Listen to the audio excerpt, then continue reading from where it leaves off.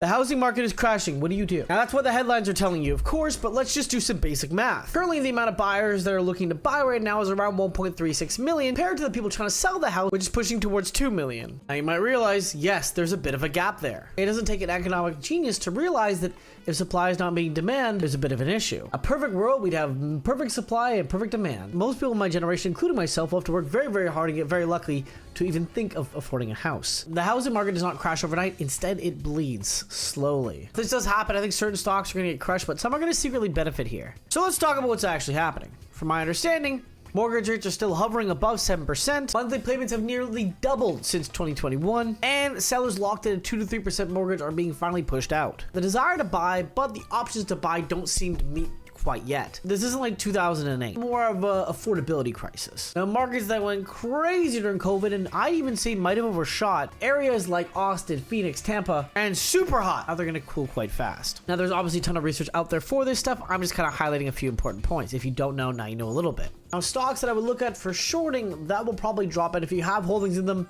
just keep an eye out. Deere, Houghton, Lennar, and Toll Brothers are all good examples of stocks I'm personally going to be looking out for. It's not going to be overnight situation. Again, there's going to be a gradual decrease. I think that's my current thesis on this situation. Things to look out for that I think you should pay attention to that might give some indication of when you might want to start shorting and or what could be causing these stocks to maybe dip down. It's like order cancellations, less construction happening, incentives rising, and the margins start to compress. These typically roll before housing prices do. If you want to play the other side of things, I'd even say look at regional banks. Things such as New York Community Bank could be a good thing to check out. As delinquencies tick up, there'll be more reason to look into this. There's a Twitter account I was following called No Limit Gains talking about how 12.7% of credit card debt is now 90 days past due. That is the second highest ever recorded. Not a good sign. But if this seems happening in commercial real estate weekends, loan books at banks will be getting stressed. I cannot stress that enough. I'm not saying it's going to collapse. My theory is there's going to be some volatility. I'm not saying the big collapse word or anything, but I think there's going to be some volatility to check out for. However, here's some stocks that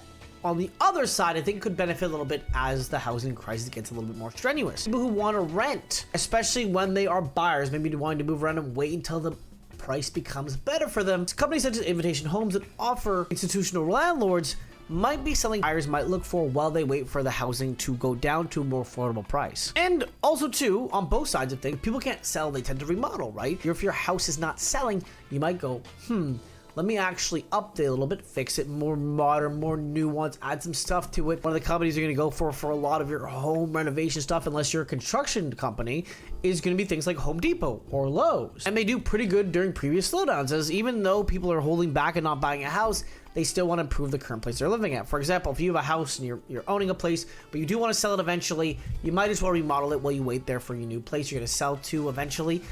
It might as well. I mean, home renovations are always a thing. People who are constantly owning land are going to want to remodel, renovate. And if this happens, things like utilities, defense staples are going to become more important for us to look at. Now, let me take the other side of things, because there's obviously, I've been pushing a narrative, but let's just consider some other options, okay? What if the inventory does get absorbed? Some things that I might look for that might make me a little bit bullish in the situation is if mortgage rates drop below 5.5, if the wage growth accelerates quickly and the job market becomes more supple and flourishes a lot of income into the general public again, or if builders cut supply hard. Again, I'm still looking and learning this with you guys. This is my first ever video, I guess, out finance. I've been making a lot of shorts here, but this is my first theory kind of video, a little thesis on what I think is going to happen. But as I understand, the housing market is not going to explode. It won't be like tomorrow or when I post this video the next day, it's going to be like, boom, exploding. But right now there is a drip. I think it's an undeniable drip. I don't know how loud it is, how fast it's dripping, but there is something leaking a little bit in the market. Question is housing market dying? I think it's more so how can you position to defend yourself against whatever direction it may take. If you want more weekly breakdowns like this, definitely subscribe.